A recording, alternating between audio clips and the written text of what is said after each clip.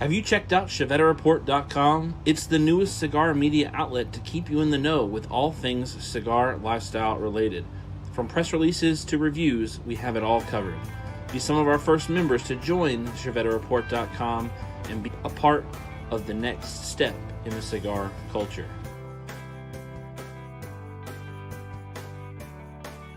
ChevetteReport.com.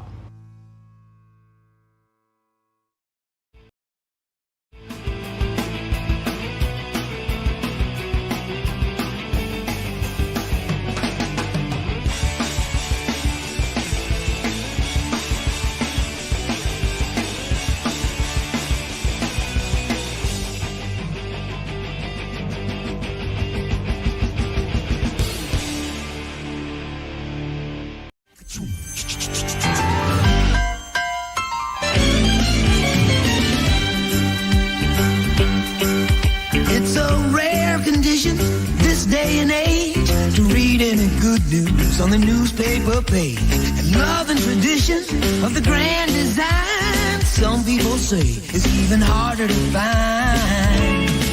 Well, then there must be some magic clue inside these gentle walls. 'Cause all I see is a tower of dreams, real love bursting out of every seam.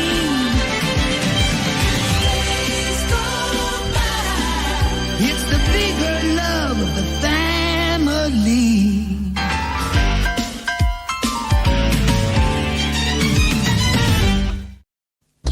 What is going on, everybody? Welcome in to another episode of Chief Talks. Got 47 comments over here. My goodness gracious, you guys are partying up in the comments over here.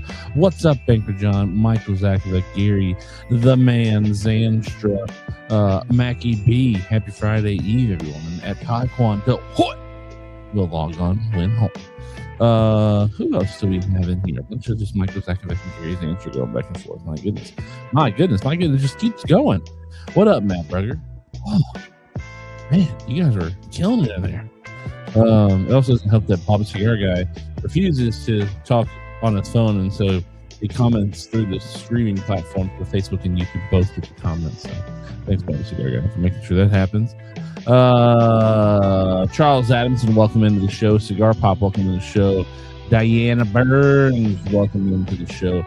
Supremo Tobacco. Have a great stream, fam. I'll be out this week. My killer team's competing in the robotics finals. Go, Jermaine Bott. Jermaine, you're my main. Let's see. Dan Burns, welcome into the show. Anthony Giannis, welcome in. Happy to see you. Ronald Smith, what's going on? Nick Jones, what is going on? Says, getting pudgy, bro. Takes one to know one, fat boy. I think that's pretty much it. There's Jay Bates. Welcome in, Jay Bates. How are you doing this evening? Happy to see you on. NYC living life. What's going on? Hopefully everybody's had a good 2 weeks since the last time I saw you. Last week we did not have a show because we've been having a winter apocalypse for the last 2 weeks here in South Carolina. We are not doing okay. Actually, we're doing okay now. Our temperatures are getting back into like the 60s, so we're finally getting to a point where we're experiencing normal winter weather temperatures. But we mentioned it 2 weeks ago that if we had any kind of precipitation or ice storm or something like that, we would end up, possibly canceling the show last week. Ended up canceling the show last week just because the first round of ice had melted to the point where cars were able to get out of driveways and things like that. But the road was slushing during the day, icing at night, slushing during the day, icing at night. And the temperatures last week didn't get above like 38 degrees many times. So it's not like it even got that high above freezing.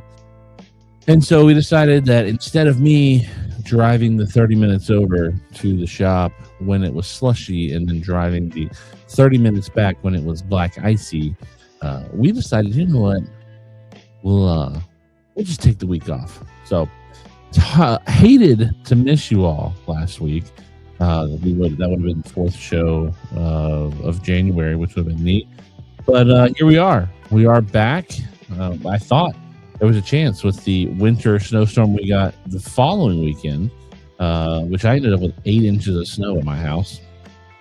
I thought for sure, oh man, if it sticks around and does some icing around again, we're gonna have to figure out a streaming situation for Chief Talk from my house, which is possible. I just don't have like a dedicated spot that I would have comfortably liked to have sat outside and smoked cigars on Chief Talk, because the budget, we build one building on the budget, and Bob Cigar gets all the benefits of that. So you guys could harp on me about my lenses, but I don't have a whole building to myself like Bob the Cigar Guy does. So we're gonna do that number right there for half a second and do one of these. Welcome into the show, Bob the Cigar Guy. How are you doing this evening? Hello, everybody. Sitting in my nice studio and my nice building at my house, which lenses would have paid for the studio 10 times over by now, not including batteries 10 and times wires over. and Maybe and 2 doors. all this and laptops and all this stuff. But you know, life is good. Life is good. Yeah, this is a very, very nice, very fun build that I built all by myself. If you didn't know, but definitely the lives not are getting picked already. a tenth of the price of any of the lenses I have. Now there are some lenses that are much more expensive than this building, but I don't have any of those. So we've had more people pop in here. Steve Harvey, not the comedian. What's going on? Hope you're doing all right. Let's see. J-Bait says you should come visit the Road Dog so you can learn how to drive with a dusting of snow on the roadways. Yeah. Thank you, J-Bates. Dimmer says better to stay safe than risk the black ice. Absolutely. See, here's the thing. You guys are just being ridiculous and rage baiting me, and I'm going to give into it a little bit. It's not snow that's the problem. When you guys have winter, like it gets freezing and it stays freezing and it doesn't get above freezing. So you don't have the melting of ice and then the refreeze and then you have to deal with ice. You guys just had that nice, light, fluffy snow. I will say, I was thankful to Jay Bates because Jay Bates was like, hey, we don't get like cool snow here. We just get really light snow here. And so I just take my leaf blower out and I just blow my driveway off. It's so nice. And the second snow that we got was really light, really fluffy, and I blew the driveway, and it didn't take nearly as long to push 8 inches of snow as it did to try to move 1.5 inches worth of ice. So I will say, Jay Bates is good for something. If you need to know how to blow snow, Jay's your guy who knows how to blow. Charles Adamson's got a JFR 20th box press. Nice. I do want to know, what are you smoking? What are you drinking this evening?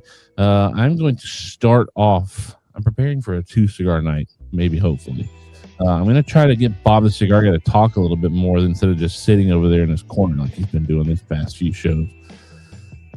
I'm going to start off with an Umbagog Bronzeback. Bob the Cigar Guy, what are you smoking over there?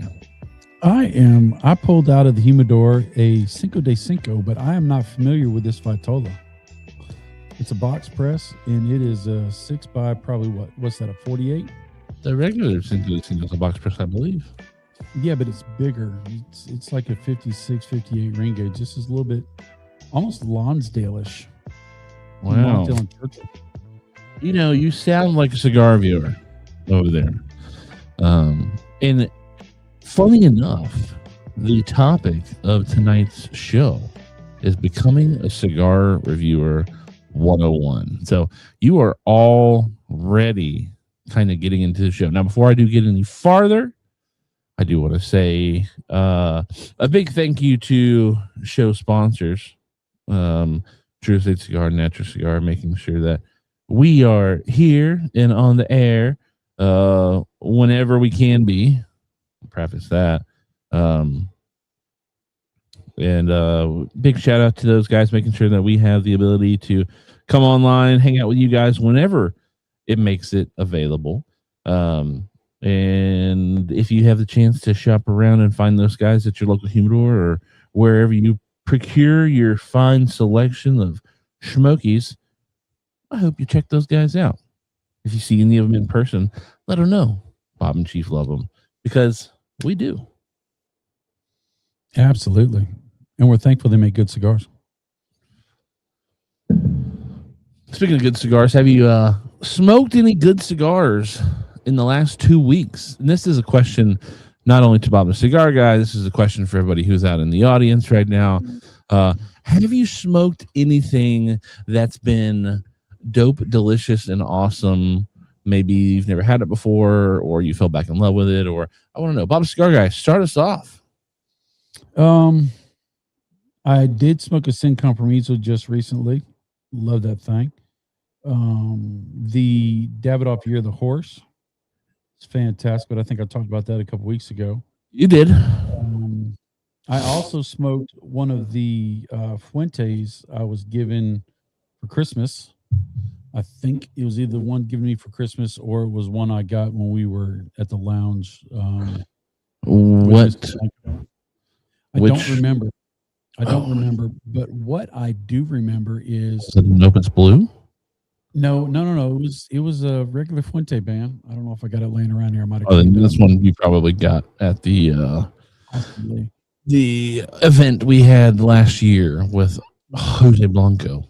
But I was just smoking it between reviews or when I was editing or whatever. I just wanted to smoke a cigar. I opened up my little desktop over here, and I just grabbed it, and I wasn't really paying attention to it. And there's something different about a Fuente cigar. Mm-hmm. I don't know exactly how to quantify it, but it actually made me stop, and I had to look at the band. I'm like, God, dog, this thing's hitting the spot. I mean, the way the flavors just swam together in just an ocean of deliciousness was just fantastic. I really, really enjoyed it. But I enjoyed it so much I don't even remember what it's called. Wow. One of the things that frustrates me about Fuente, though, is a lot of their cigars, they don't have the name of the cigar on the band. Yeah. Right? It just says Arturo Fuente. Well, so you basically have to become literate in Fuente banding. I have enough stuff to do. I don't have time to worry about the banding. But then at the same time, I did smoke the Sin Compromiso, and that's the band. So if you don't know what it is, you won't know what it is. But the Fuentes, like with Saka, all his bands look very different. Fuente bands, a lot of them really resemble themselves really, really close. And so it's one of my little pet peeves. I like to know the name of the band, name of the cigar. Yeah, I mean, so what I've experienced in, obviously working at a cigar shop has allowed me to get my hands on more cigars than normal. Well, maybe not more cigars than normal, more cigars than cigar brands than I'm normally used to getting a hold of. Right. And one of the things that I have learned and I don't like it, but I've had to force myself into it because I'm checking out people's cigars as they come and buy them, is there is a way to read Fuente bands. Not 100% across the board. Luckily for us, there are SKUs on the back. Fuente does a really good job of putting really big SKUs on the back, so they scan in pretty easy. But they also have their names on them. And for the ones that don't have SKUs on the back, we print out SKUs ourselves. But there are ways to kind of read around the band's colors, like Añejo. It changes the color on the inside of the band. It says Añejo in the band. It's very small, but you can see it. Also, another company that's kind of frustrating in that regard, because it is frustrating. Padron's really hard. I don't mind so much like what is it? The Wise Man Maduro and the Wise Man Havana Seed, right? They're both the same band. One's black, one's red. Right. They're pretty much the same thing, but you can tell, if they put, if they had, 2 or 3 or 4 more Wiseman blends and you had one that was, gray and one was orange, you'd be like, oh, wait a minute, we're getting a little close here. Right. And that's kind of what it is when it comes to some of the Fuente stuff. Now, Fuente does do a lot of the cedars. They have, the gold embossing on the front of the cellophane. So there are ways to identify, but like when it comes to me, like doing cigar photography and having cigars, in travel humidors or storage boxes so that I'm keeping, like brands with like brands, I like to take the cellophane off because I don't like photographing through cellophane. It's a butt and a half to get through the reflections and the light catching on cellophane. I also just like the traditional look of cigar tobacco. I don't want to have to edit out, I don't want to miss any details or have to edit any plastic out or anything like that in order to try to catch the true nature of what the cigar is. Now, I can tell when you've been doing a lot of after the show's over, sometimes you stay here and you do a lot of photography and all this other stuff. And I can tell when you did a bunch of photography because you have a pile of cellophane sitting on your desk. And I'm like, which box of the cigars did he now take all the cellophane off? And then I can't use them in giveaways. Hey, congratulations. There's 20 people at the one time. Before we continue any farther on, Rick Carroll says he just finished the Hoya Antonio Dark Corojo. Jay Bates is lying. He says, I've never used the leaf blower for snow. He did say I've used it before. We've talked, and he's lying. He's capping. He's full of cap right now. Michael Zakovic smoked an Espinosa Independence Day. Dang, that was a great cigar. James 4441 says, love it. I love to hear that. What's up, Rita? How are you doing? Matt Broker says, I've been smoking a lot of Pastaña San Andreas lately. The new Corona size is amazing. That San Andreas is fire. That thing is amazing. It's fantastic. You mean this right here? Wah, wah, wah. I can't see it because it's in cellophane. Wow. And you can see it, but this is the Pastaña San Andreas, and right there it says Corona. Let's see. Ronald Smith's got the UF13. Nice. So no, I definitely, when I photograph like my, I've got a pretty cool, actually it's a lot less now than it was about 2 months ago because I've smoked a handful of them. But I had to start taking pictures of my Fuentes before I took the cellophanes off of them, just so I could remember which one was which. That's funny. Because there are some that do look so close, and especially like some of the Opus stuff. Some Opus stuff is super easy to kind of tell the difference between which Opus you're smoking and whatnot. But unless like you're like, right, the blue, Purple Rain, or the which my son didn't buy me one.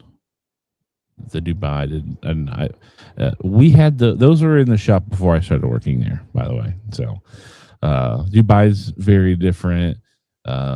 There's a couple others. I keep wanting to say Sangre de Toro, but it's not Sangre de Toro. It's the Magistral Trace.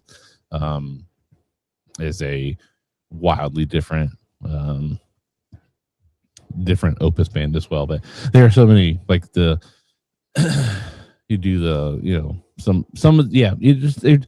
to me it's like, oh, I do kind of wish it was a little different. Like with Liga Privada, all the bands are the same, but they say on the middle of them, T52, Liga 9, H99, right?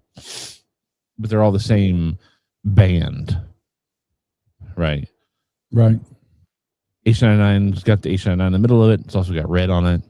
But like the Pharaoh band, the T52 band, the Liga 9 band, Pork Belly band, like they're all the same, aside from what's written down the middle of it. You're right. So I do appreciate that when it comes to like a collection standpoint, but I'm sure if you're somebody who smokes a lot of Opus on the regular, you're probably of the mindset of like, well, I know what I'm smoking. because I smoke this all the time, and so it doesn't bother me. All right, so we got on that because we were talking about cigars that we smoked in the past 2 weeks since we've been here, and you couldn't remember which opus you smoked, or which, not opus, but which Fuente you smoked. Right.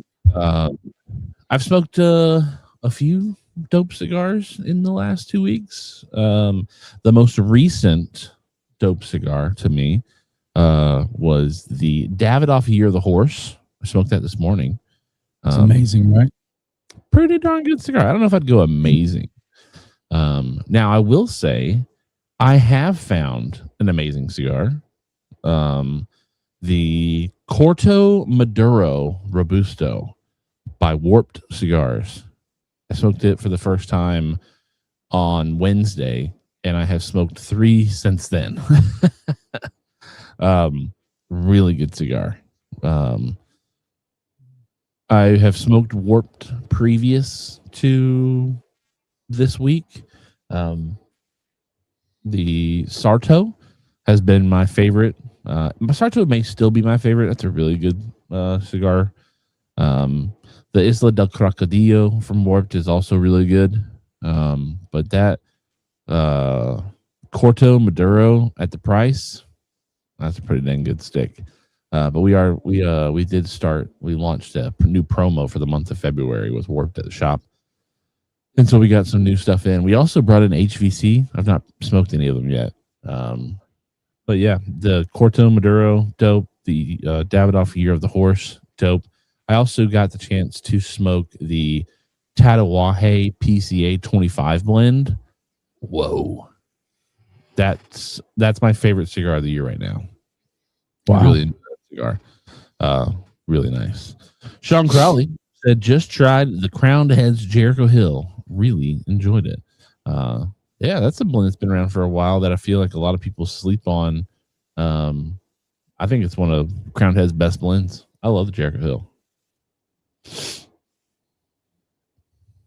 But I haven't smoked Crowned Heads in quite some time. So if you have any cigars that you smoked in the last 2 weeks or since the last time you were on a Chief Talk show that you want to tell us about, tell us about it.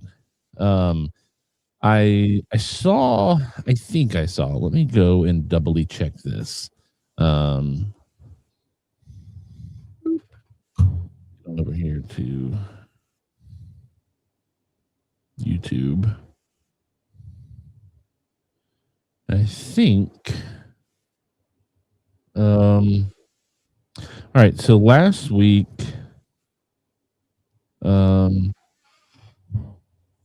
okay, so I haven't watched the show yet. With all the snow and everything going on, I've been worried about shoveling driveways and all that kind of stuff. But I saw that the boys over at Chi-Town Cigar Podcast last week did a show called the 2026 Prediction Show. I've not watched it, not sure exactly what they were predicting, but it made me start to think about predictions and how that's kind of a cool thing to think about for this year. And I don't know if they were predicting, hey, what cigars do you think are going to make your top 10 list for next year? Or what cigars you think, what cigar companies are going to go belly up, or predict which cigar companies are going to smash it out of the park or whatever. I don't know what they were predicting. But it got me thinking about, what if we did try to predict, what cigars or cigar brands do you think are going to make your list? And do you think that there's a chance that any brands that you've never had show up on your consensus, not your consensus, but your top 10, top 20, top 25 list before? And Bob, I'm going to throw you a curveball here. Do it. If you, and I know that you can't remember every company you've ever had on any of your lists, because 3 weeks ago you couldn't remember what top 25 cigars were on your list. I still have them written down over here. But if you had to go out and on a limb and make a guess about a company who could possibly sneak onto your list this year that has either never made it or not been represented a bunch, who is a guess do you think that is going to make your end of the year list for next year? Just a company, because we don't know the cigars, obviously. That's not anybody that I've been favored in my list before. So somebody that's so not Dumbarton, not Drew Estate, not Postania. For you, I don't think you've ever had a Romacraft stick make the list. No. I don't think you've ever had an AJ Fernandez stick make the list. I don't think you've ever had My Father's cigar make the list. I have had My Father's make the list. I don't know if you've ever had Gurkha make your list. I don't think you've ever had Rocky Patel make your list. Blackbird, Black Label Trading's made your list before. Foundation's made your list. Padron's probably never made your list. I don't know if Fuente made your list last year or not. I know that you got to smoke more Fuente last year than you had before. The I did. The Rare Pink made my list last year. That's right. But even I would even go as far to say that, like, I would say Fuente is a fair shout too, because that Rare Pink is like the first Fuente you think you've ever had on your list, because we just don't smoke Fuente very often. Correct. So, let's start off with a little prediction here. So the first prediction question is, and shout out to the boys over at Chi-Town Cigar Podcast for giving me a little love here to kind of rip off of some ideas. But what do you think? What company do you think could make your list this year?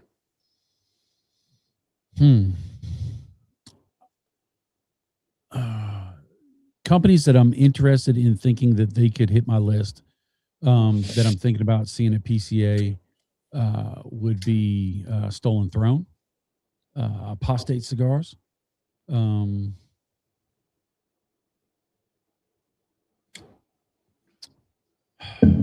trying to think of all the small ones. I've heard a lot of good things about Mayflower.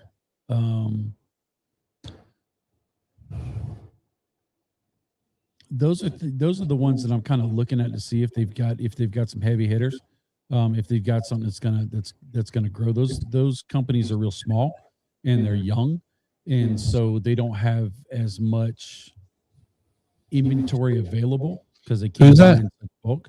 Apostate. Apostate, yeah.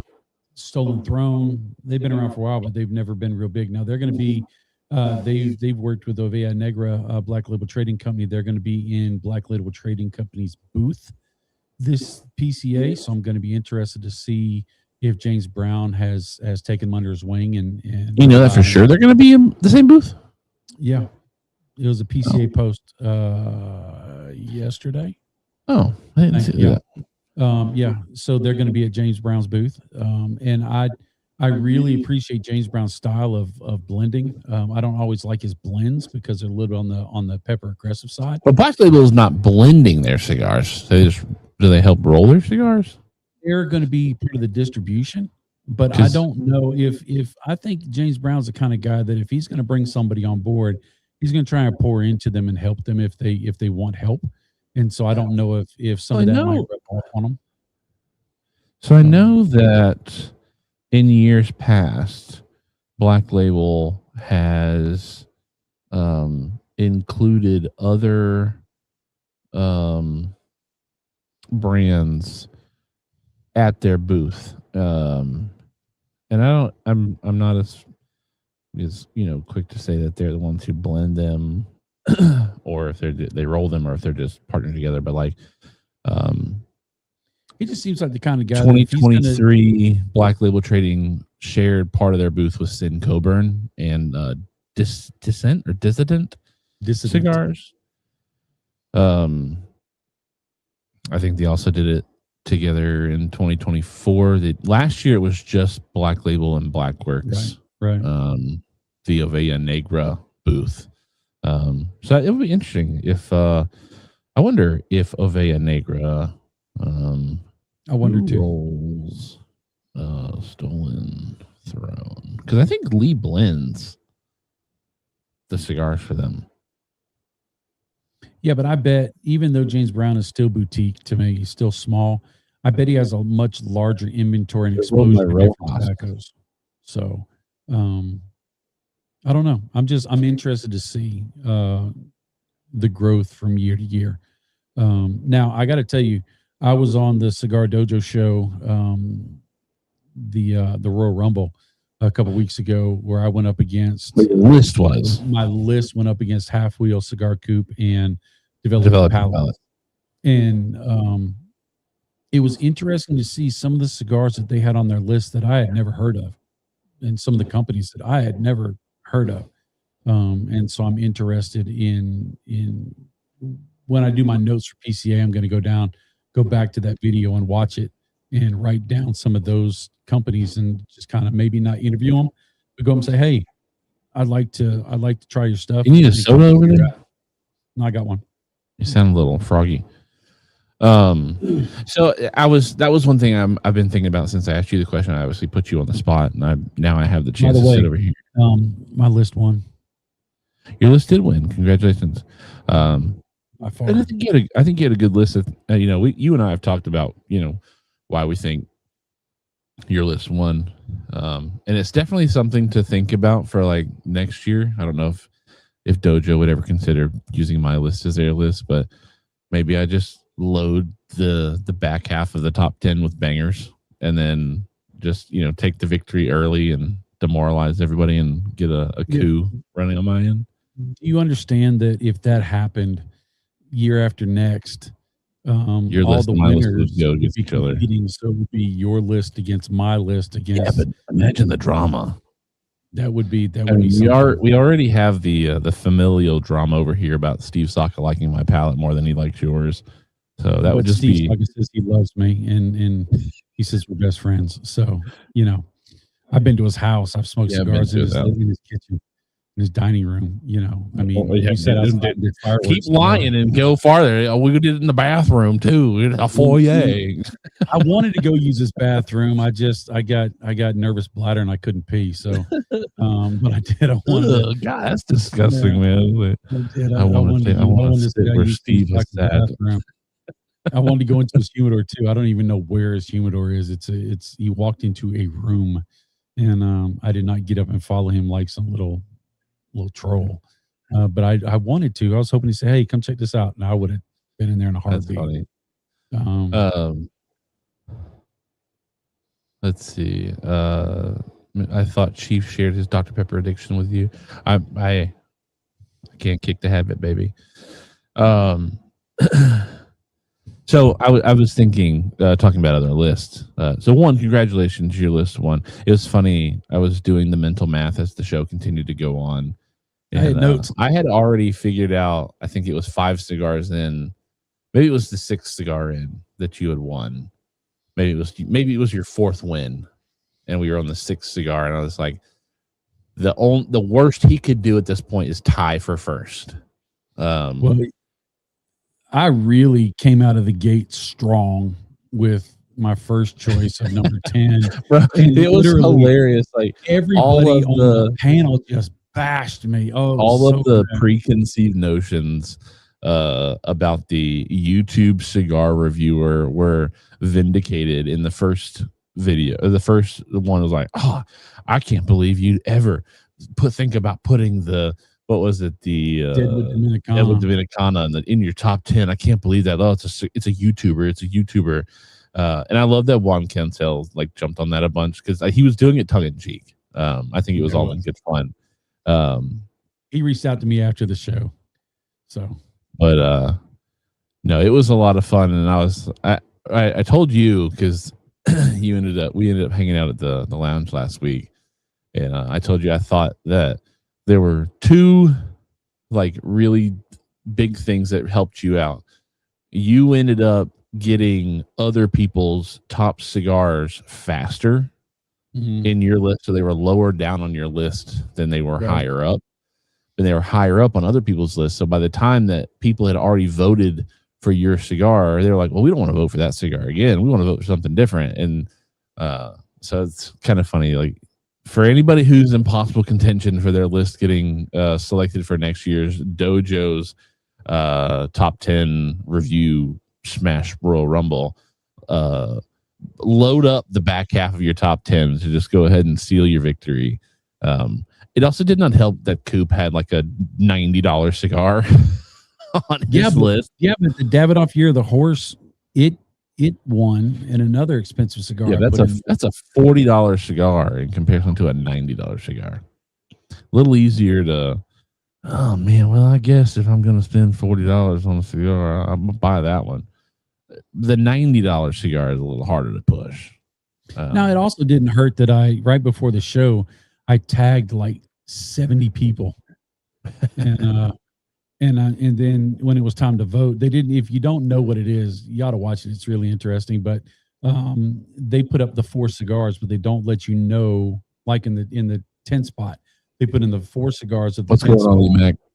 And they don't tell you who is the one whose list. Now, I will say, even though you did tag people and you were voting, which I was not a fan of you voting. I was not a fan of that. I told you that. Dude, I wanted to win. I thought I was going to lose. I thought I was getting my butt handed to me. You kidding me, Coop? The first round you did. Man, I think you might have had. It's funny you won the whole entire show, but I think you might have had the lowest percentage of a vote the whole entire night with people voting on the Deadwood Dominicana. But to my defense, every other cigar was either first or second place. Yeah. So, no. What was it? Now, so the great thing about Dojo is like they have such a huge audience as it is. You know, they were running 40 people on Facebook because I watched it over on Facebook. But I'm pretty sure they probably had another, somewhere between 20 and 40 people on YouTube. So they had, almost 100 votes coming in per. And hats off to Jordan. I loved watching that show from a technical production standpoint more than I liked watching that show for anything else. And they were giving Jordan such a hard time for like some technical issues at the beginning, and another one kind of reared their head up in the middle. And I was like, man, if you guys knew like how incredible this production is, that he's able to get all of these, he's not like, when I do these things, like I'm manually inputting all these things. I'm literally, when we say A or B, right, for when we do our Sweet 16s knockout rounds and whatnot, I'm literally on my notes app putting tallies down. This man had it coded to be able to watch the chat, to be able to vote, and it knew that it would only take one vote per person. So it wasn't like you could just spam a 100 times. It knew that it was going to take one vote per person per round. So congratulate. I mean, they'll never hear it. They don't watch the show, which is great because I love those guys and they shouldn't waste their time. But what a fantastic production, Jordan. Good job. So to answer the question, cigar companies that I am predicting could make a run on my list. I'm thinking, so the easiest way I think to answer this is just to look at other companies who made lists for 2025 that did not make my list. And I thought, oh man, I wish I would have smoked that cigar. Aladino, they made the list multiple times. A lot. With their 80th anniversary. So Aladino could be a cigar that sneaks into that's a cigar brand that could sneak into my my top 20 for next year. I've smoked a couple Stolen Throne. They're good. But I don't know if Stolen Throne is going to be my list. I already have a feeling that Warped is going to make my list. Just because I had that Warped Corto Maduro and it was fantastic. It's the first time I ever had it. So there's a really good shot that Warped Corto Maduro makes my list this year. And there are other cigars from Warped that could make my list going on this year. I've not had anything from Avowed. I know Avowed made a couple lists this year. Same thing with Apostate. I've never had anything from Apostate. A lot of cigars that make my list in previous years are cigars or are companies that I tried for the first time at PCA, or are blends that I tried at PCA. And, as long as everything continues to remain on track as is, because we have already booked our house for PCA. We'll be at PCA this year, so I should have another really good set of data points to be able to pull from for this year with going to PCA and getting cigars and trying those cigars. I'm also, this time next year, I will have spent the whole entire year of 2026 working at a cigar shop. And so the chance to buy cigars and be around new cigars and new releases is a lot easier for me than it has been in years previous. And the fact that you get tips and your wife doesn't know how much money you get in tips. And so you can buy lots of extra cigars and not saying she knows the tips. She does know the tips. Because I have a whiteboard in my room that I put all the tip numbers on. So, but I'm pretty sure Warped is going to make my list. Tatawahe made my list for the first time last year, and the Tatawahe PCA 2025, the Corojo, I'm pretty sure is going to make my list. Because it's my favorite cigar right now of the year. Now, luckily, you have not smoked that Rocky Patel Emerald yet. So it's in contention for this year. As long as I don't smoke it, it is always in contention for making my list until I smoke 20 new cigars for the year. Right. So right now, like, Rocky Patel's got a chance to be like number 4. Right now, number 5. With what you were saying about doing, what possibly could come in the future, right? What companies do you think at PCA this year are going to bring out a lot of new products? Because it's in cycles. I've noticed that. Like Drew Estate, they've been slow the past couple of years. They only had the Dominicana. That's my first answer is Drew Estate. I really feel. I feel like Drew Estate's been kind of. So we've been to 3 PCAs, right? 2 in Vegas, 1 in New Orleans. This will be our 4th year at PCA. The very first year we went to PCA, Drew Estate was not there, except they were, but it was just Drew Estate reps who were working at the Hoya de Nicaragua booth. The year after, Drew Estate had their booth. And it was the blackened booth. I want to say there was another cigar that had been released. Maybe it was something from Deadwood. Or maybe it was the Adobe that same year. But the booth was completely a blackened booth. Yeah. Last year, the booth was just Drew Estate themed. Tortoliga. It was Drew Estate themed with the pink rat, flying the flag, the DE4L. You had the Tortoliga experience, but that was only for media. I don't think many shops got to do that experience, and so they didn't brand their booth Liga. And I'm happier to see a booth brand their booth after their brand identity instead of an identity cigar. But the cigar that they pushed out at the show last year, the only cigar that was brand new that they pushed out at the show last year was the Deadwood Dominicana. And then later in the year, they ended up dropping the Nica Rustica Shade. So I would say that but they also pushed the Humidor as well. They pushed they pushed the Humidor, the Liga 10 Humidor with the SD DuPont collab.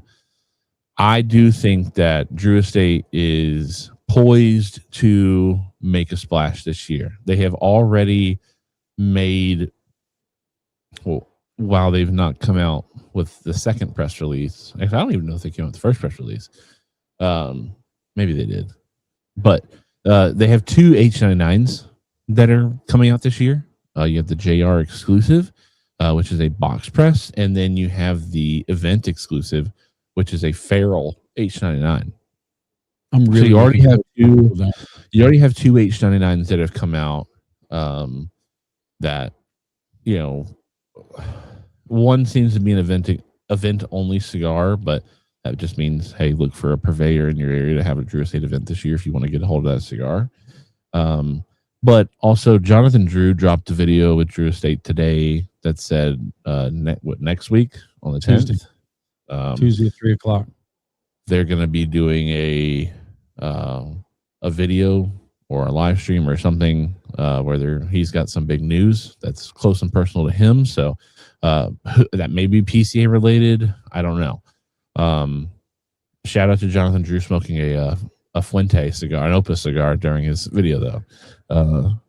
Kind of fun. I think it adds to the mystery of it. It's like, is Drew Estate doing a collab with Fuente?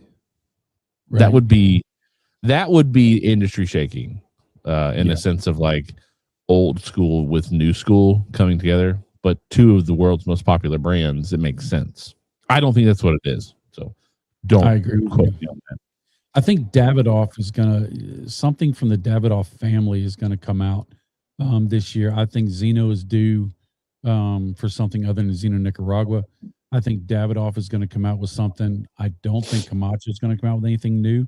And I know Avo came out with something new last year, but I think Davidoff's going to show up a bunch of stuff. Who is it? I think the Davidoff portfolio is going to do something big. Who does Romeo Julieta? General, right? They always put out 3 or 4 cigars. No, Romeo Julieta is Altadis. They always put out 3 or 4 cigars. Romeo only put out 1 cigar last year, I think, at PCA. It was the 130th or 150th. Yeah, but in that booth there were the Altadis booth. The Altadis booth. The Romeo Julieta booth. Yeah, is that the Altadis booth? Altadis. So it was the Altadis. They had Trinidad. They had Aging Room. Macanudo. Romeo, and they had a couple others there. H. Upman. I think El Septimo is going to be dropping something. They've been putting a lot of talk about a real cigar brand here. Well, they've been really pushing really hard right now, and so I think they're pushing to get brand awareness and then get everybody excited to see him at the booth. What $10 million piece of junk are they going to unveil this year? I'm not arguing with you. I don't think there's going to be a lot from Foundation, though. I think Foundation is going to be a little sleepy this year. I may be completely wrong, but I think because he did what, three or four releases last year? 2. At the trade show, 2. The big thing, no, 3. So the big things that were pushed last year was the Foundation 10-year, the both Lanceros for the Wise Man, and then the 1810 event-only cigar coffin. Did we push the new Charter Oak too? That was the year before, I believe. I think Pegnataro and Pasquale were the year before. They might have even been the very first year that we went. If I'm thinking back far enough, I think the what do they call those? Charter Oak Especiales, I think is what they're called. I think those were debuted in 23. If not 23, it was 24. It was not last year. Because it's funny, like I'm literally going through the footage of my brain and sitting at that table and remembering everything that he pulled out.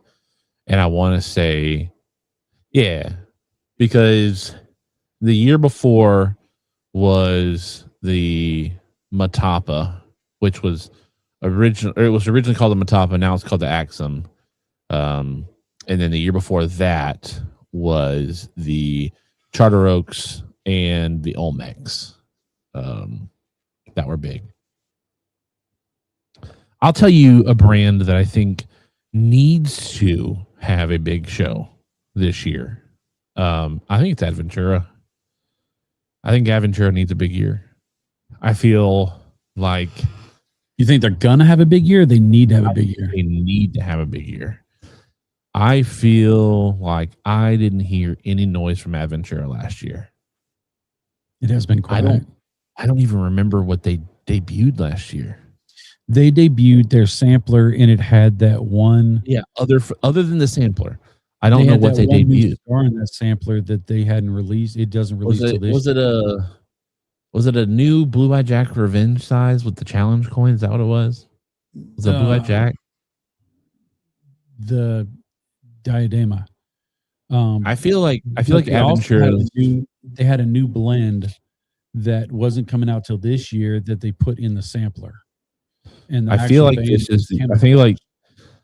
I don't think this is a make it or break it year for them, but I definitely feel like this is in order to stay relevant on the minds of the people, we've got to do something this year. Well, they quit their podcast. They were doing the Puffery. Mm-hmm. I actually liked it. I thought it was a good podcast with the three of them. But they quit doing that for whatever reason. They just backed off of that. I'll be interested to ask them about that because I thought the Puffery was doing well. I'll tell you who I think if they have a big year this year, it could do numbers for them going forward is Pastania. I think Pastania is in a groove right now. In between the releases that they've put out, their cigars making top lists. They've made my list the last 2 years. They made the consensus list. They made Half Wheel's list. They made Half Wheel's list number 2. That San Andreas was fire.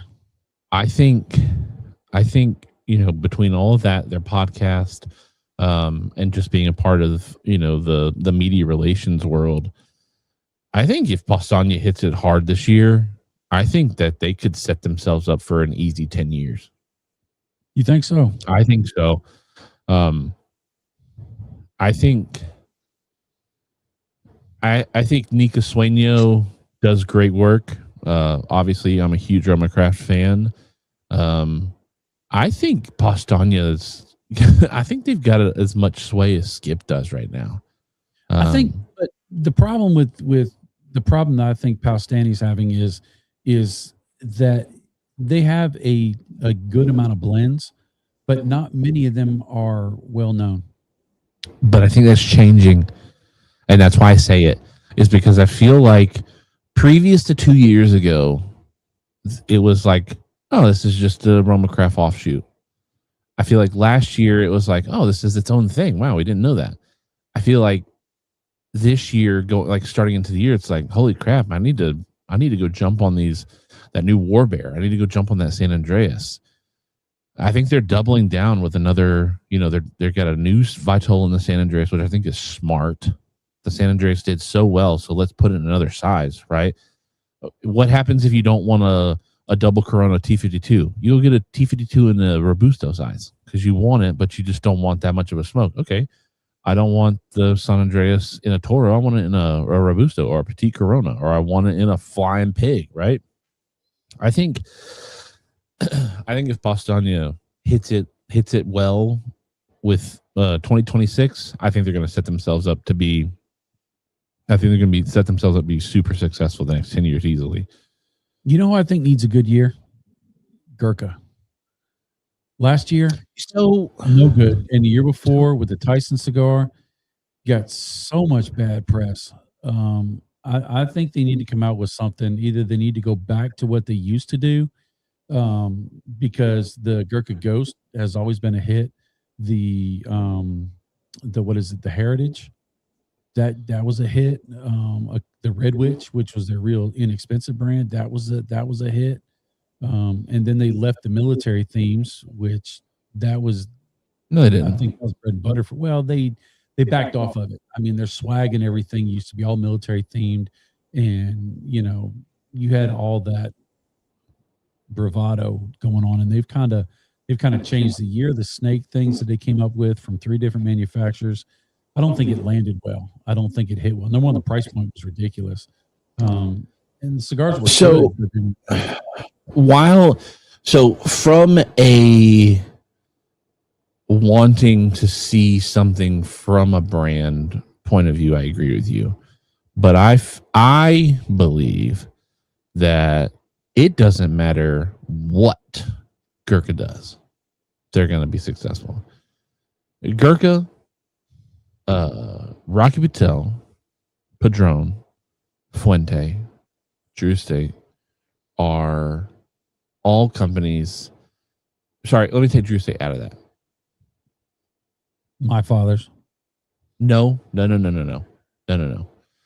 Rock Patel, True Estate, Padron, Fuente, Oliva are all companies, Placencia, are all companies that they could stop all social interaction and continue to be successful no matter what. They could stop releasing new blends, they could stop doing things, and they could be successful. And the reason I took True Estate out of that is because that's not True Estate's DNA. You're never going to have a moment where True Estate says, okay, we're no longer going to be a part of the culture, because that's what makes True Estate True Estate.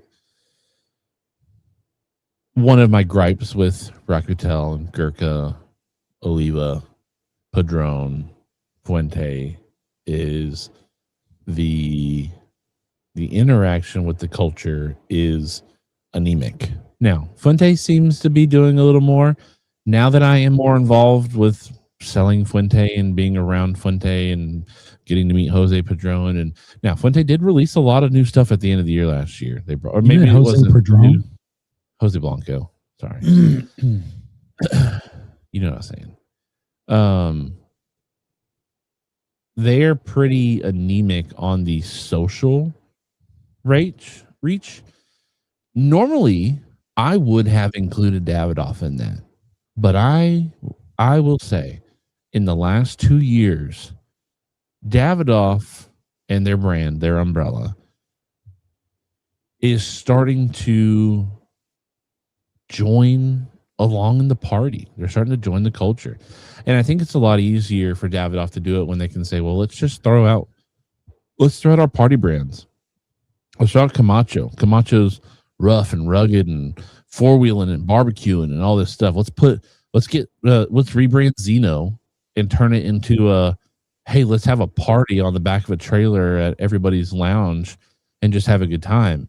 Let's reinvigorate the brand and start getting involved. And if we get them hooked on Camacho and Zeno, then we can start getting people to start smoking more Davidoff, and we're back in the fold.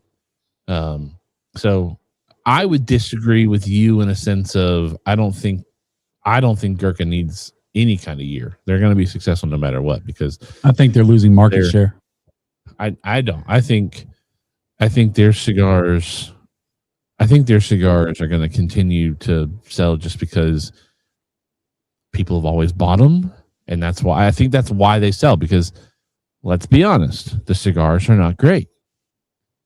People trash Gurkha cigars and Rocky Patel cigars for a reason, and a lot of the times it's because they're not great. But people who aren't in the lifestyle, who don't smoke a lot of those cigars all the time, like, they go and grab Rocky Patel and Gurkha because they sell them at a good price point. They see people smoking them. They've got cool brand recognition. They're right. So I don't think there's anything they could do to fail. So I would say, if I had to choose a brand that I think absolutely needed to hit it hard this year to not fall into irrelevance, I would say, and maybe that's harsh, but I think Aventura's got to hit it hard this year. I think they've got to do something to smack it out of the park this year, and I hope they do, because I love the guys over at Adventura. I love doing our interviews with them every year. Henderson's great. I'd hate to see them go belly up. I don't think they are on that way. I just think they really need to do something this year to not stay in the same lane. I want to see that continue to grow. All right, so let's see. We've had some comments. Let's see. Michael Zakovic says Pausania will have a good year. I hope so. HDA cigars. I've heard a little bit about. Michael Zakovic says, do you think brands need to put out a budget-friendly cigar to catch the attention of everyone? It seems that budget cigars ranked better on a lot of lists last year. Did they? Now, when I don't know if there's any data points out there that you could immediately point to. When I factor my top list. Budget is definitely a part of that. But I'm also not putting as much of the budget on the cigar as the flavor of the cigar. So budget goes into it a little bit. That's like, even if I would have had the Dubai last year, I don't know if I would have put the Dubai in my top 5 cigars because it was a $90 freaking cigar. You all right in there? I don't know. You not do that in the microphone, please.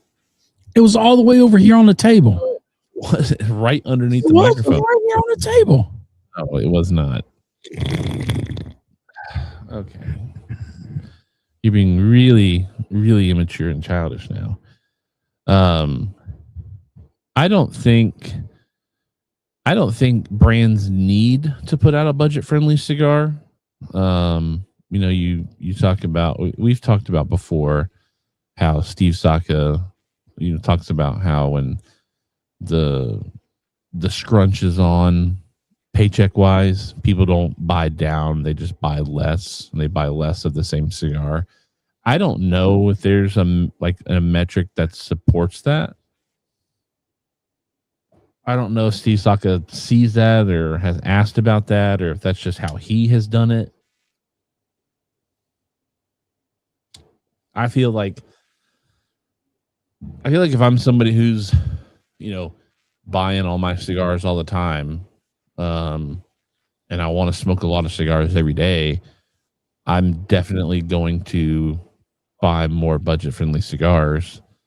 But maybe there are those people who are like, I only want to smoke one cigar, a day, but now I can only afford to smoke one cigar every other day, so I'm just going to keep smoking the same cigars every other day. Maybe there is a contingency that does that. I appreciate when brands have a budget line. I wish Dumbarton Tobacco and Trust had a couple more options that were sub $10. But I also think that the 2 cigars that Steve Saka has that are his budget line are fantastic, best budget cigars in the world.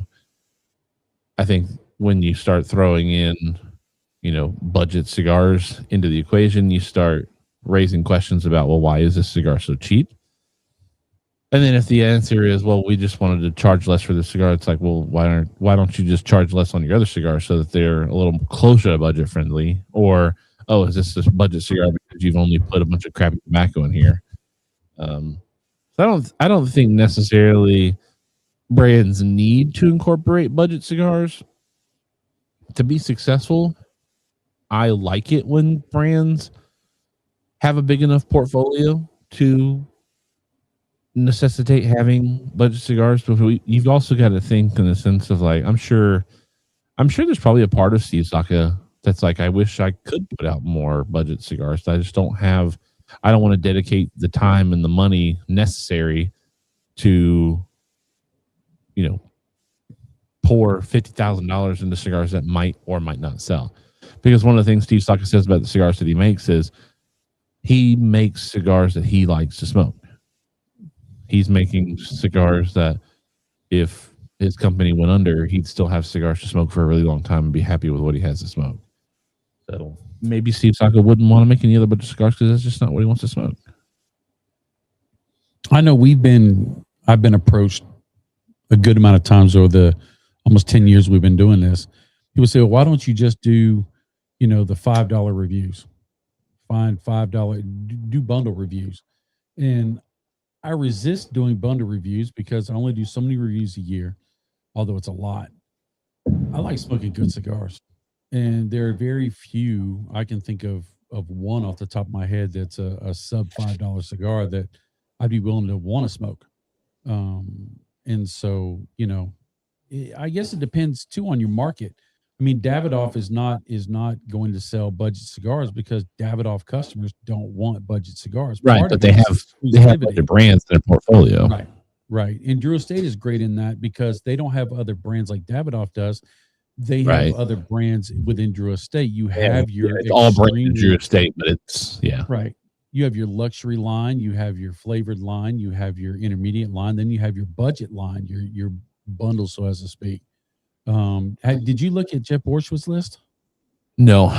I scanned it very quickly, and almost all of the Deadwood cigars were in the tops of the list on singles and boxes.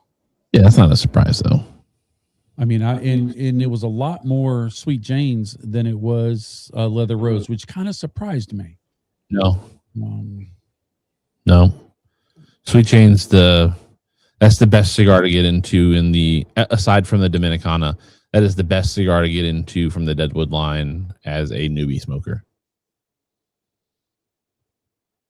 I don't know, that Leather Rose hits different. It just does to me. Leather Rose is heavier. I mean, Fat Bottom Betty was my favorite up until Leather Rose came along. Yeah, but you're a veteran, seasoned cigar smoker at that point in time. One of the reasons why you don't smoke Sweet Jane is because it doesn't hit hard for you. And that's one of the reasons why it does really well for new smokers, is because it gives you the sweetness, it gives you the infusion, and it doesn't give you the bite that the Leather Rose does. Because Leather Rose is the heaviest of the Deadwood cigars. Agreed. Dominicana is the lightest, but the Dominicana only has a sweet tip on it. I found a lot of people that smoke the Deadwood line only smoke the Deadwood line.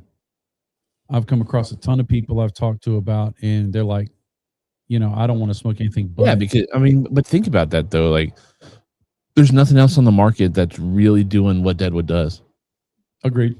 Deadwood is a better flavored experience than acid, in my opinion.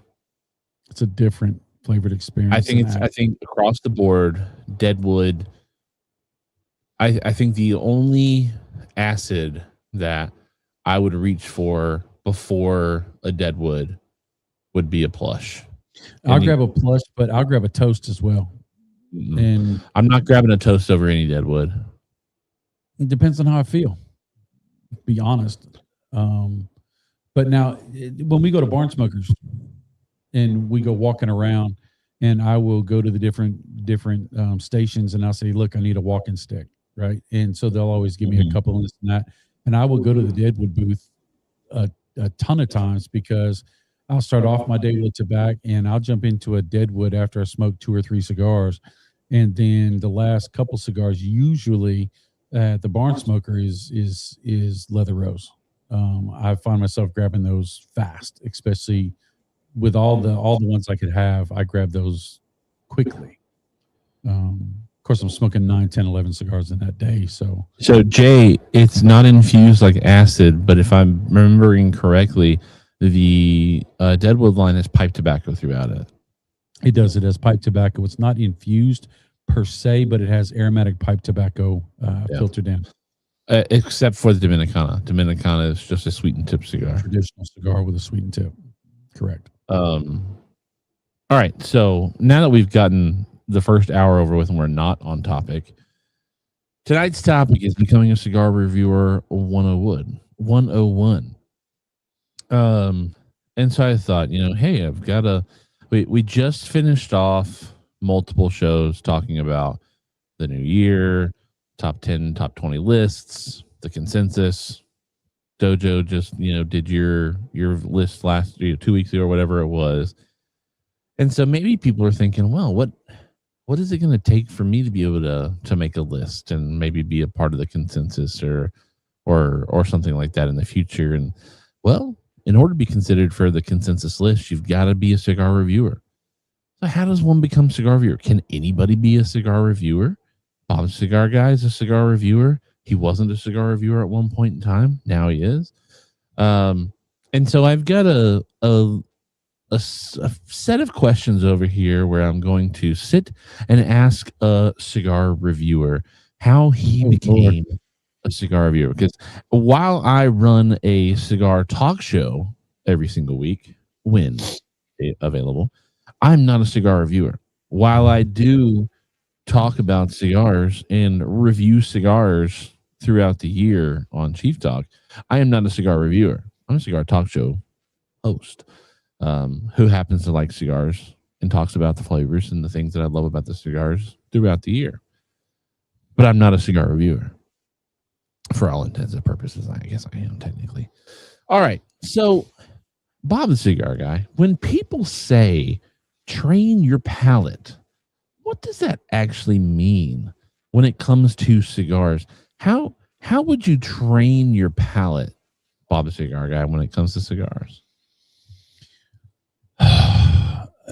first easy way is when you get a new cigar, go research it. If the cigar has a manufacturer that has all the information, it will always give you this flowery, flouncy suggestion of flavors. They're not always right, but they usually kind of put you in the ballpark. Then after you've done that, maybe watch a review, maybe not, and then take time, take notes, especially in the beginning of what you're tasting, and really be methodical about it. Really try to pull out flavors. And it doesn't happen overnight to most people. Some people never can. They say, look, I like the cigar. I don't like the cigar. I can't tell what it tastes like. That's perfectly fine. But if you're going to review cigars, you might want to be able to pull out some flavors. Then you can try, once you figure out this cigar has these flavors or those flavors, you can go find those flavors that are not in cigars and see if what you're saying is right, like cedar. I'm not saying to go chew cedar. Nobody that ever says these have notes of cedar does not mean what cedar tastes like, because cedar tastes disgusting. But the smell of cedar can transform into what you experience as a taste. So take your time, be methodical about it, and give yourself grace. It doesn't happen easily.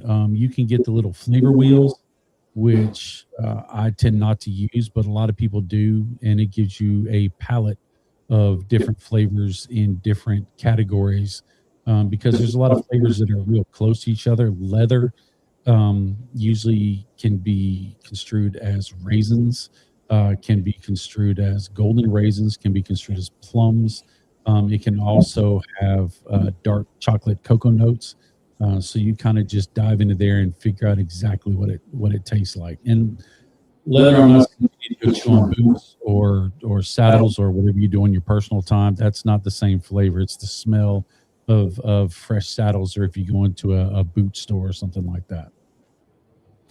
Thank you, Bob Cigar Guy, for telling us how to train about. No, so I actually get that question a lot. People will say, because people come in all the time and they're like, hey, or well, let's preface it by saying this. People walk into the humidor. I walk in after them after a few seconds, and I'll say, hey, you guys good in here? Need any help with anything? Most times it's a nice, we're good. We're just looking around. And I respond with, hey, take your time. If you need any questions, I'm right out here. Sometimes people are like, screw you, dude. I know what I'm doing. I've been smoking longer than you've been alive. I'm like, hey, hope you don't have any questions. And then they ask you, do you have any Cubans? I did have somebody ask for Cubans a couple weeks ago.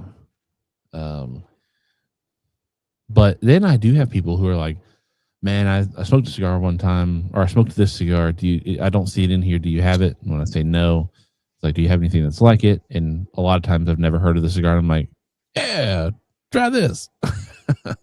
Because I want somebody to smoke a good cigar and have a good time and, not have a bad experience at the shop. But sometimes people will ask for, I had a cigar that was like, super chocolatey. You got anything in here that, is chocolatey? And I was like, okay, well, let's break it down. What do you mean by chocolate? Do you mean like flavored chocolate, or like you got chocolate notes out of it? And usually they're meaning flavor notes, not, a chocolate flavored cigar. And so we walk them through and do all this stuff. And sometimes people just, it's funny. I'll be like, hey, you need anything? It's like, I was just listening to you talk, man. I love listening to you talk about cigars. You do a good job. You really help dial people in. You ask them questions about food and drinks. That's part of the job, baby. And all that. I mean, you were really good at it. I actually got to sit back and watch you do that with a lady one time. And I was like, all right, that's solid. I mean, you were giving good, solid advice without your personal judgment. It's not like you were saying, oh, you don't want this flavor, you don't want that flavor. You're like, what flavors do you like? And you just kind of put them on the dog. So I was impressed. But a lot of people say, well, like, how did you get to, like, how many cigars have you smoked to figure that out? And I was like, honestly, the best way to figure things out about cigars is just smoke more cigars. The best thing to do is to get in here, find some cigars, smoke cigars, and just get on it, do some work. And I said, a lot of it comes down to, I've smoked so many cigars that I can smoke cigars not a lot of times. I can smoke cigars sometimes now, and I can say, oh man, I wonder if this is a a broadleaf, or if this is a Ecuadorian Habano, or I wonder if this has Mexican San Andreas in it at all, or something like that. I can't tell you like regions and all that kind of stuff, but like I've gotten pretty good at kind of remembering what I like, and that was even before working at a cigar lounge. But the one thing I say is, hey, it's actually a lot of fun just to go grab some of these cigars, or go watch a cigar reviewer, or read a publication on cigars, and then come and find that cigar in our humidor if we have it, and then smoke it alongside of them to see if you can pick up what they're saying. It's like, oh, you know what? He said turned, or he said minerality, and you know what? That's what that is. And I've had people say, I said minerality on a cigar, the LFD Suave, La Flor Dominicana Suave, and I was talking about it being a mineral cigar, very mineral heavy towards the back end of the cigar, and they said that's what it is. And I was like, yeah, it's a super mineral cigar. They're like, I've been trying to think for a week what that flavor was, and I couldn't put a name to it. And it's minerality, it's minerals. And so that train your palate kind of sort of situation is, go look at others before you, especially people who people revere as a cigar taster. Like Bob, you were vindicated in your palate 2 weeks ago by Cigar Dojo, by your list being the number. Not only were you the number one list, you won what, 5 number ones out of the whole entire thing, or yeah, it was 5 or 6 something like that. And I mean, the fact that many people agreed with your list. Now, I think there were other factors in there, right? With you had better cigars towards the, at different points in time. You seem to have the best cigars in that round. Some of the rounds were like, oh, there's no way anybody else is, because like Coop had some wild cigars, Developing Palates had some off, nobody's heard of cigars before. Some brands had $85 cigars, so it was like, well, of course we hadn't smoked that cigar, so we can't tell you what we think about it or not. So yeah, well, I love the insight going into there. So Bob, how long did it take you to feel like your palate really started to wake up when it came to tasting notes in cigars? How long did it take you to feel like, you know what? I think I actually do have a palate that can review cigars and tell people what I taste in these cigars is a legit flavor that they can pull out of these cigars as well. It depends on the day. Some days I still don't think I do it right. Some days I go back to before I even was Bob the Cigar Guy at Save the Leaf, when I said I taste pineapples in a retro, or in a pre-draw, and that basically started all of this. But then when I guess the real answer is when I started reviewing cigars. You sit there and you smoke a cigar and you hope that you can get your information across to people where they can understand it. And so painting word pictures, and really in the very beginning, that was the only cigar I had, and I never smoked it. So I would smoke and talk about the cigar, and then I'd cut the camera off and I'd smoke through the cigar. And I had to force myself to pull out flavors so I'd have something to talk about on the second half of the video.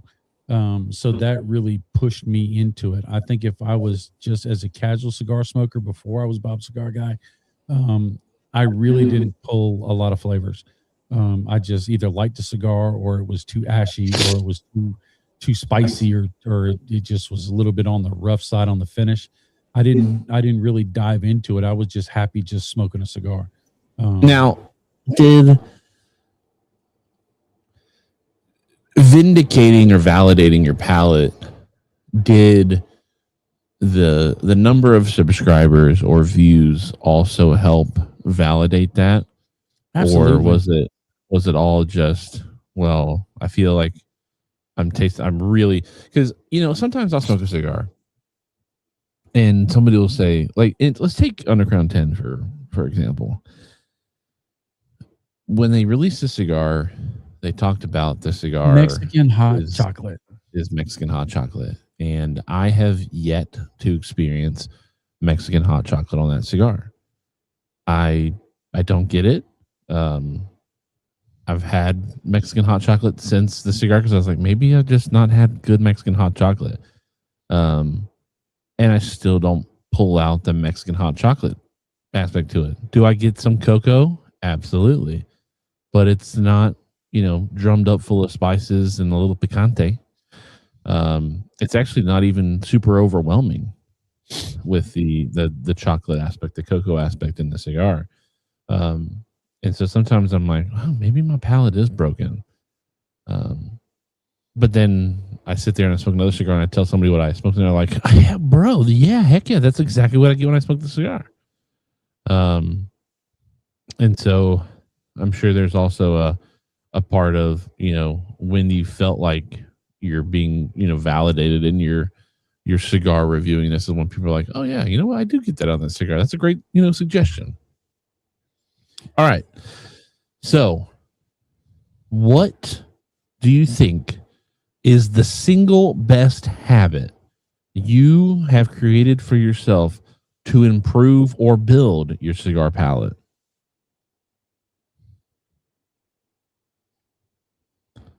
So Chi-Town Cigar Podcast says, I think learning taste and flavors from food and drink helps you learn how to pull out flavor notes in cigars. I agree. Honesty. Okay. If I'm reviewing a cigar and it only has one flavor or two flavors, I don't add 6 or 7 different flavors. Now, so this is for your palate, not for a cigar review. So habits for your palate, not for a cigar review, but for your palate. I would immediately think and say wiping your palate out with a cleanser, right? Doing something in order to make sure that your palate is clean. Not smoking a bunch of heavy cigars and then trying to smoke a light cigar and see what it tastes like. I think other habits or trainings that you can get into is smoking that cigar more than one time before you really build up an opinion on the cigar. We've talked about before doing, cigars in threes. You smoke the cigar the first time, it could be an absolute dog rocket. And it's like, oh, this cigar sucks. It's like, oh, let me try it again. And then you get a second cigar and it's like, whoa, this is the best cigar in the world. And it's like, holy crap, what did I have a really bad one or did I just finally get the really one good one? And so you take it the third time and it's like, oh, this cigar really sucks. So I either found the really good one or I found the really bad one. Or maybe smoking the first one opened up my palate to something, because palates change. Well, maybe palates don't change. Desires change. Things that you enjoy change. Because when I first started smoking Roma Craft, I didn't like Roma Craft because of how heavy they were. My palate picked up the flavors and the boldness and the richness of the cigar. I just wasn't ready for it. My palate still picks it up today, and I enjoy it. I crave it. I want it. Right? So my smoking history said, well, you know what? I don't want my coffee with sugar anymore. I just want coffee and milk.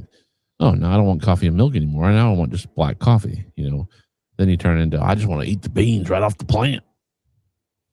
I guess I didn't understand your question. Now that I'm hearing what you're talking about, I'm looking at it a little differently. So if you're trying to train your palate, if you're trying to go deeper into flavors, you need to smoke by yourself.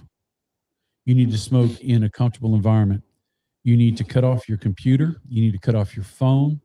You need to shut your brain down and really be focused on you in that cigar. You need to be in the moment with the cigar. If you really, just like you could read a book or you could go to college for a textbook, reading a textbook and not having that focus to try to learn is a different thing. Smoking cigars with people is fantastic. Smoking cigars while watching YouTube videos, might I suggest Chief Talk every Thursday at 8:15, or any Bob Cigar Guy product along that line. But if you really want to dial in your palate, you need to pay attention. The Dojo Puff is really good.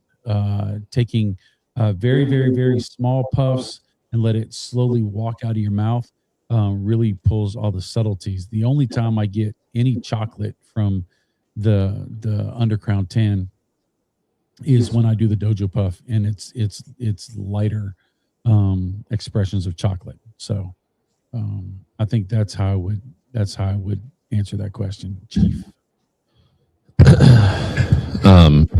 Mike Zakovic, I saw your comment earlier. There's nothing we can really do about it other than Bob maybe not talking as loud, because we're still on 2 different microphones right now in the same building. Now that your comment has been addressed, thank you for letting us know. All right, let me get my mouse over to my other monitor here. So a lot of these other questions here we've kind of touched on throughout. So the next one, now I see Ronald Smith's comment where that's the question after this one. The first question before we get to there is, how much of tasting a cigar is actually taste or smell versus taste? I don't know. I don't differentiate between the two. I know that smell has something to do with it, but I can't say taste is 80%, smell is 20%, or vice versa. Because I do not retrohale. I've got a couple of reasons why I don't retrohale, but I don't baby. Yeah. Anyway, baby. A lot of people don't retrohale, and so if I do reviews where I'm talking about retrohale, they're not going to understand or pick up on any of that. So, and I don't care for retrohale. I don't like it coming out of my nose. Loser. It's uncomfortable. So, you train your nose, man. Don't want to do it. My nose hurts. I don't want to do it. So even with taking the retrohale part out of it, because I'd never suggest, for especially people who've never done it before, to just jump straight into it. I think taste or smell is absolutely 100% necessary in developing a palate. I think the palate is more than just the tongue. I think the palate is your olfactory system, and if you're not going to retrohale, I think smelling the smoke coming off the cigar, or the smoke that you're blowing out of your mouth, the ambient that you've created with your cigar, your pipe or whatnot, I think is crucial and paramount to the smoking experience. I know that when I don't have an open nose, like if I've got a cold or congestion or sinus infection or something like that, smoking cigars suck. I have never smoked a cigar and enjoyed it when my nose has been clogged up or plugged. And when I have to do a chief talk, and I've got, congestion and my nose is plugged up, I'm going to go grab cigars that I know I'm not going to care what they taste like or not, because I'm just smoking it to get through the motions of smoking a cigar on a cigar show. I think, now we're going to get into the retrohale. The question is, does retrohaling actually train your palate, or is it just a flex? And I think the answer is yes and yes. I think it is a flex because not everybody can retrohale.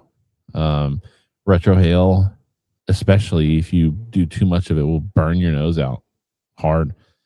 It'll make congestion worse. It'll make a sinus infection 10 times worse. Yeah, because I've done it, and I made my life a miserable hell for 3 weeks because of it. I do think that is the one spot that I think you lack in your cigar review, Bob Cigar Guy. I don't knock you for it. I think you can do an adequate job reviewing cigars without retrohaling. I do wish you'd retrohale, because I do think that you're missing out on a lot of stuff. I think you're missing out a lot of the H99 by not retrohaling. I know you enjoy the H99. I think you would enjoy the H99 even more if you would retrohale on it. Just because of how much sweetness you pull out of the tobacco when you retrohale. Same thing with the Sober Mesa Brulee. I wish you'd if I could sit you down with like 3 cigars to retrohale, H99 is number 1, Brulee is number 2, and then I'd have to think about number 3 for a little bit. Because there is so much that I pull out of cigars that I don't get just conventionally smoking cigars without a retrohale versus when I retrohale with cigars. Just my opinion. I'm glad there's only one thing in that I'm what was the word you said? Adequate as a cigar reviewer. Inadequate. So In your process, we talk about the way that you shoot things and edit things. That's a whole different story. That's another Well, can. That's another show. I don't have $15,000 worth of photography equipment, plus monitors, plus 2 screens for my computer. Oh, right? monitors plus screens. Oh, yeah. Okay. Good job, You got Bob. the big monitor when you go to PCA. I mean, you got all that stuff. So I mean, here I am, just in an old dilapidated shed. So, yeah, dilapidated shed. Shoot, man. I know you were probably considering buying a generator just in case you guys lost power in the house, so you could just come out here and stay out here the whole time. Oh, I would have done it in the dark. I got enough lights from Ryobi that I could have stayed out here all night, smoking in the cold. My body's physical timer is telling me it's time to end the show. So now my eyes getting messed up with tobacco smoke and rubbing it. It's that time where the eyes start to water. All right, so let's skip some of this. Let's go to some common mistakes when tasting cigars. Golly, man. What's the biggest mistake new smokers make when trying to taste more? What do you think? Maybe it's not something you've ever experienced, but what do you think could be something that somebody who's trying to become a cigar reviewer or training their palate would be? What is a mistake they could make early on that would affect their palate or cigar review going forward? These are new smokers, right? Newer smokers. It's just people trying to get to train their palate. Maybe they smoke, but they just want to get a little bit more out of their cigar. It maybe become a reviewer. Well, smoking too fast can change the flavor of your cigars a lot, and it can actually add to the nicotine. And for me personally, too much nicotine, I start losing flavors, and I start losing focus. Smoking too heavy of a cigar, trying to pull out all these flavors, trying to taste what everybody else tastes. Like I said, check out other people's reviews, check out the videos and this and that. But in our reality, we all have different DNA, so our palates are going to be different from birth. Number one. Number two, we have personal preferences. You may like spice, I may not like spice, and so a spicy cigar may not be as sensitive to my palate as it is to yours. Also, the way you treated your palate. If you eat one type of cuisine that's either very oily or very sweet or very spicy or very savory, your taste buds are going to pick up on that a lot faster because they know you like it. So you may not taste the exact same thing somebody else tastes. And being hard on yourself. If you can't taste a bunch of flavors everybody else is tasting, that's perfectly fine. Take your time and grow your experience. It doesn't happen in a day. It doesn't. I highly recommend that everybody become a YouTube cigar reviewer. I think you could have a blast doing it. I bet you could put out some great content as long as you're honest and you're willing to not do it for money. Because if you get into cigar reviewing game thinking you're going to get rich, unless you're the photographer and you get $15,000 worth of photography equipment, you're just going to get stuck with a little shed in your backyard. I'm just saying. Cigar Papa says too hot, too fast, too heavy of a cigar. Agreed. I think to add into that, and it's something you kind of touched on, is train your palate to be your palate. Don't train your palate to be Bob's palate. Don't train your palate to be Coop's palate. Don't train your palate to become Half Wheel's palate or Aficionado's palate or whatnot. Use them in the early game, right? It's like reading when you go to college, when you've got to cram for all 6 of your classes you're taking in the same semester, sometimes it's nice to be like, I'm just going to get a Cliff Notes version on this book, and I'm going to read through the Cliff Notes version and get through really fast with the short abridged version of the book. But if you do that the whole entire semester with the same class, you're not going to get nearly as much out of the class as you could have. If you go and you watch Bob the Cigar Guy review the Don Derma and then the T52 and then the My Father Blue and then the Fuente Templo de Oro, and you say, well, yeah, I'm just getting the same thing Bob is every time. Maybe it's time to take a step back and stop watching Bob and start doing your own thing. Wait. Smoke the cigar first and then watch the video because I need views. See, I'm not sure if I agree with that. I think I just need it for views. I don't need it for their palate experience. But no, I think there comes a point where you've got to, riding a bike with training wheels is great until you learn how to ride it without the training wheels. And then the training wheels they're going to do the only thing they're ever going to do for you is hold you back. Right. You're not going to be able to turn as fast. You're not going to be able to go over speed bumps and all that kind of sort of stuff. You're not going to be able to do some cool jumps and tricks and flips and whatnot. Do it until you figure it out, and then fly, baby. Spread them wings. Get out. And so I think, one of the biggest mistakes a new smoker or somebody who's trying to develop their palate can make is relying too heavily on somebody else for their information. Smoke the cigars. Smoke different cigars. Get out there. If you're trying to train your palate to review, smoke a lot of different cigars. Don't just stick with one company. Don't just stick with one, type of leaf. Branch out. Figure it out. And then, how much does pairing help or hurt palate development? I don't know if I was in the desire to grow in my palate until I could pull flavors out of the cigar. I would not try to pair them with something because it just muddies up the water. Because the flavors coming off the tobacco are not like the flavors coming off the food. There are subtleties and nuances that they're similar, but they are not exactly the same. And once you start getting into your palate and you're like, this tastes maybe peppery, or maybe I'm getting like a Jack Link's jerky, right? A pepper jerky. And then you get the cigar again and you try it with a little bit of the Jack Link's pepper jerky, or you try it with a cup of coffee or some cocoa or an espresso note, and you're wanting to pull those out. After you've already figured out how to pull those notes out of the tobacco, then you start bringing in pairings. Now, pairing is a great way to enjoy a cigar.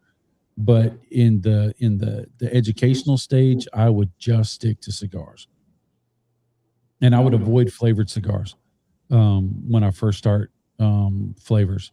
When I first start trying to dial in my palate, if I'm really wanting to do it for a scholarly adventure, I would lay off the flavored cigars because they are so overwhelming.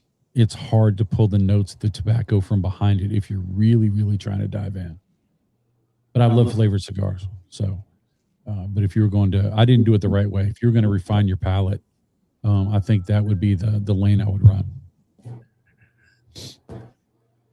All right. And to round it all out, we've talked about, how to start it out, how to grow it, what not to do to destroy it. What is a sign? What are signs? What was a sign for you that said, you know what? I think my palate is there, or it's getting there, or I trust my palate with any cigar in the world. What was that? Well, you said it, and I agreed with you when you said it. When you can start saying, this has some Mexican San Andreas in it, or this has some broadleaf in it, or this has, whatever tobacco you're talking about, Maduros or Habanos or Oscuros or whatever, you can really start to pull out those flavor notes out of the blend of the cigar. I really think you're on track for elevating your Cigar 101 palate to 102, 103, and you just keep climbing from there. Never stop growing your palate. Your palate will be refined if you choose to. Your palate will refine over time, and you really start to pull out, or you find out what you like, which is fine. You'll find out what you like. You find out your lane, and you just stay in that lane. And you say, I just want to smoke this type of blend. I want to smoke this type of tobaccos, and there's nothing wrong with that. If you from a reviewer standpoint, there is though. Say what? From a reviewer standpoint, I would say there's something wrong with that. Yeah, as a reviewer standpoint, you're not going to get many views if all you do is you talk about one type of cigar. Well, you're just not going to train your palate to be able to do anything else if you just stay in that zone, regardless of views. But now, if you want to be a reviewer, I'm going to tell you right now, the biggest advice I would give anybody, number one, do it. Don't prepare yourself. Just get out there and do it. Don't look at your numbers. You actually will grow in your presentation and your abilities in the beginning to where you go back and look at it after a year. You're like, God, that really sucked. You don't want a bunch of people watching you while you're learning. You want to take your time and build a community and a family. You want to be honest. You want to be flat out honest, and you need to be ready for the long haul. When COVID happened, everybody had all this money, had all this time. They bought lots of cigars. Then they were sitting there going, you know what? It's not hard to review cigars. I'll review cigars. There were thousands of people that jumped on and became overnight cigar reviewers. I would venture to guess less than 3% of those people are still reviewing cigars because it is a grind. If you want to review cigars, you have to set up a schedule. You have to set up time. You have to set up sacrifices. And some days you don't want to go out and smoke a cigar. But you know that's your job now. You've taken it on as a job as a reviewer, and you have to be consistent. Because if you're not consistent, if we did Chief Talk whenever we felt like it, and we put it out on a Tuesday and a Thursday, and we skipped for 2 months, and not many people would keep watching because people's time fills up with things they like to do. And if you're not there, then they'll find something else they like to do, and you won't be in that loop anymore. So that's the reviewer side of it. Word. All right. Before we go any farther, I did pick a stick pick of the week photo for this week, and congratulations to Matt Brugger with that Johnny Tobacco 10. What a cigar! Fantastic cigar out of Room 101. My favorite Johnny Tobacco cigar in the whole entire world. But he's sitting there in the shop. He's got the fight up on the screen, just kicking back and having himself a good little smoke. That was my favorite cigar photo in the Discord for the last 2 weeks. If you want to know how to get yourself considered for stick pick of the week, hit up the description. There's a link down there to the Discord. Join the Discord and start posting away your cigars that you smoke throughout the week. Other link in the Discord is for Chevetta Report. There were a handful of press releases that went out this week. Alec Bradley's got a new 5-pack fat pack. And it's actually got a brand new cigar to the market in it, which is pretty cool. It has a new chunk Sumatra. We all know that I love the chunk Maduro. I've not yet had the chunk Shade. I've heard pretty good things about it, but the chunk Sumatra is being added into that collection as well, with a double broadleaf and a Project 40 Maduro in the chunk size. Also, Punch is bringing back the Ed Roll, but they're doing it in XL format. PDR Cigars is bringing a European blend to the American shores. Normally we see cigars that are American cigars being taken over to the European theater. But now we have a European cigar coming over to the American side. And then Club Macanudo debuts its first Caribbean lounge in the exclusive Palmas del Mar Resort. The pictures on that press release are pretty. Nice little spot to smoke some cigars. Also did some Romeo y Julieta with a new Profundo, and United Cigar Group releases a celebratory Independence Firecracker celebrating America's 250th birthday. Those have all been released here in the last week, with more to come. This is the greatest time to be subscribed to ChevettaReport.com for the emails, because this is when companies are going to start pushing out all their information for PCA. Like I said at the top of the show, or earlier in the show, the goal is to be at PCA again this year. We've already booked our house. We've already submitted our registration. So as long as none of us are sick or, we're in good health to make it to the show, we're going to be there. Excited to go for a 4th year in a row. Last year was a really good year. Bob, the cigar guy, and I talked about it last year. We talked about it on the show. We talked about it amongst ourselves, but I feel like last year was like the year we arrived at PCA, our 3rd year. We had people grabbing us as we were walking by instead of us having to say, "Hey, can we come by?" So that was really cool, really nice. So the very good, very nice. The emails will start going out soon for booking out time slots. Probably start sending those emails out at the end of this month. The introductory, hey, I know this is too early, but just in case you want to book me. But yeah, I'm looking forward to it. I am still waiting to hear back from my guest for this month. I've sent off 3 emails now, and the emails have been open. So I'm just waiting for somebody to be like, you know what, we're going to send the email back and be like, yeah, we can or we can't make it. So we'll see. We're going to continue to roll the show on throughout the year as we go. But I am going to start looking at booking some time slots out towards the next few months. I don't know. This is just hey, we're a few weeks out from it. But we will be having a cigar event at the shop that I work at on a Thursday at the end of the month, this month. And I'm not sure if I'm going to be covering it or not with media. And if I am, I'm not sure what the timeline is on it. So we may not have another Chief Talk. We might miss a Chief Talk this month. I'm not sure. I don't know how it's going to work out. But it's just hey, by the way, we're putting it out there so you guys can know kind of sort of what the deal is. Also going to tell my boss, hey, stop scheduling these things for Thursdays. All right. On the cigar guy, as we are on the way out, what would you like to tell the lovely people in Radio Land? All right. So cigar smoking is one of those very few things that is personal. No matter who you're in the room with, no matter what you're smoking, it's you and that cigar. And after it's all done, you've got some ash and that delicious smoke that's in the air, right? So enjoy it about yourself. If you choose to share your experiences with others through cigar reviewing, I highly recommend you do it. If you're interested in doing it, feel free to reach out to me or Chief and ask us tons of questions. We'll help you any way we can. We'll support you and tag us in our stuff or tag us in your stuff and we'll watch videos. I would love to see the content that you put out. I really, really would, because I bet you would do phenomenal and fan-dang-tastic. So have a fantastic week. If you're in the snow, my heart goes out to you because snow is trash and ice is worse.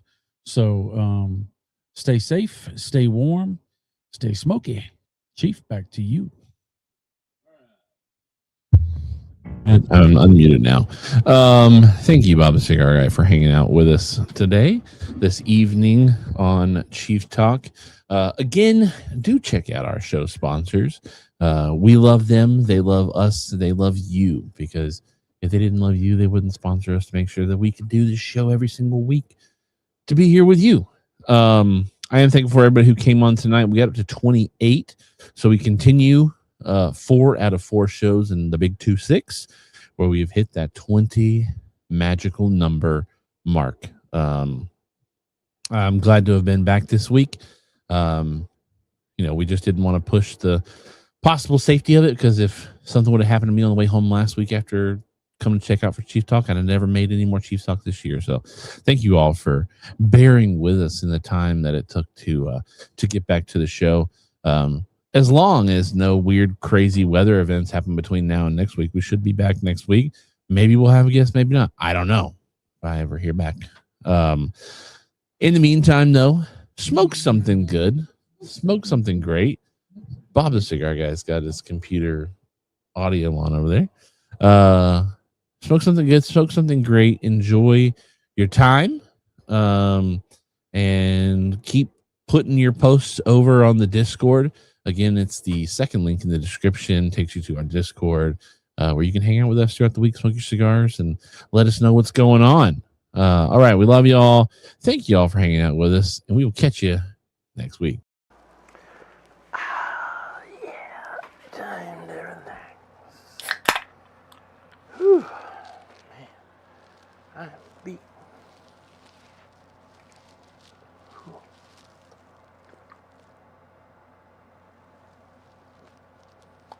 What are you doing? What are you doing here? Show's over. Go home. Go home. Show's over. What are you waiting for? You waiting for another show? This is a one-ticket entry. Go. Bye. Go. Go. Go.